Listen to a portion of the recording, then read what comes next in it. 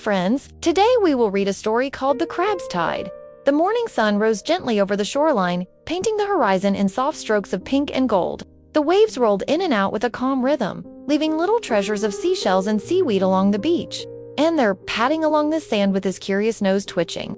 Was Ollie the baby otter whose heart was as big as the ocean itself? As Ollie scampered across the beach, his small webbed paws left playful prints in the wet sand. He loved exploring, finding shiny pebbles or chasing tiny foam bubbles left behind by the waves. But today, his adventure led him to something he didn't expect. Near a shallow puddle, far from the ocean's edge, he spotted a little crab. Its shell glistened faintly, but the crab's movements were frantic. It scuttled back and forth, claws raised not in anger, but in fear.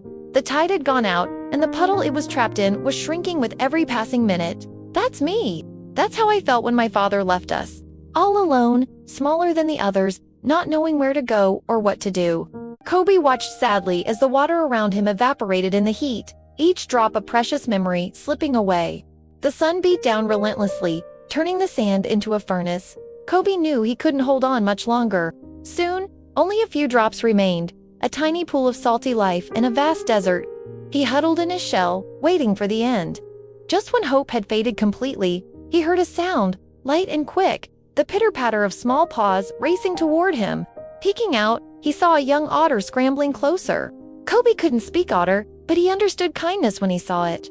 The otter didn't hesitate. He didn't ask questions. He just started digging. Ollie tilted his head, blinking his big round eyes. He felt a pang in his chest. This wasn't just a crab. This was a soul in need. He scampered closer, his paws splashing in the puddle, and sniffed the salty air. Then Ollie looked at the crab, then back at the distant ocean. The gap was wide, the sand dry and heavy, but Ollie's heart whispered, "I must help." And so, he began. With his tiny claws and strong determination, Ollie dug into the sand. He scraped and scooped, pushing grains aside with his wet little paws. The work was slow, and soon mud caked his fur. But Ollie didn't stop. He carved a winding path, connecting the puddle toward the sea. The hot sun warmed his back, and sweat mixed with seawater, but still, he pressed on. Coby watched with anxious eyes, occasionally clicking his claws. For the first time, he wasn't struggling alone. Someone cared. Finally, after what felt like forever, in otter minutes, Ollie's channel reached close enough that the waves could trickle in. A thin stream of seawater trickled down the groove, filling the puddle with fresh life. Coby perked up immediately, scuttling closer to the flowing water. But the ocean wasn't done helping. Just as Ollie finished his final paw swipe, the tide began to return. A strong wave surged forward, rushing into the channel Ollie had dug. It filled the puddle, swirling and bubbling with freedom. And with a joyful flick of his claws, Coby scuttled into the rushing stream and let the tide carry him back toward the vast, welcoming ocean. Ollie sat back on his muddy haunches, panting softly. His fur was sticky with sand, his paws dark with mud, but his heart shone brighter than the morning sun.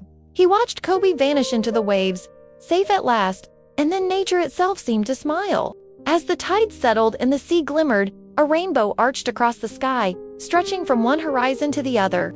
Ollie gazed up, wide-eyed, the colors reflecting in his glossy fur. To him, it felt like a thank you gift from the world, a quiet promise that kindness never goes unnoticed.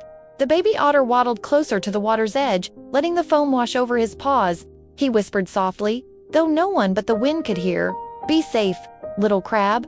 And then Ollie turned back, toward the beach, leaving behind a trail of paw prints that the tide slowly erased.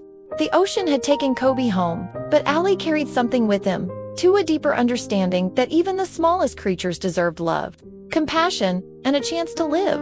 For on that shore, under that rainbow, Ollie had proven one simple truth. Bravery isn't about size, it's about heart. Friends, I hope you liked this story. See you soon!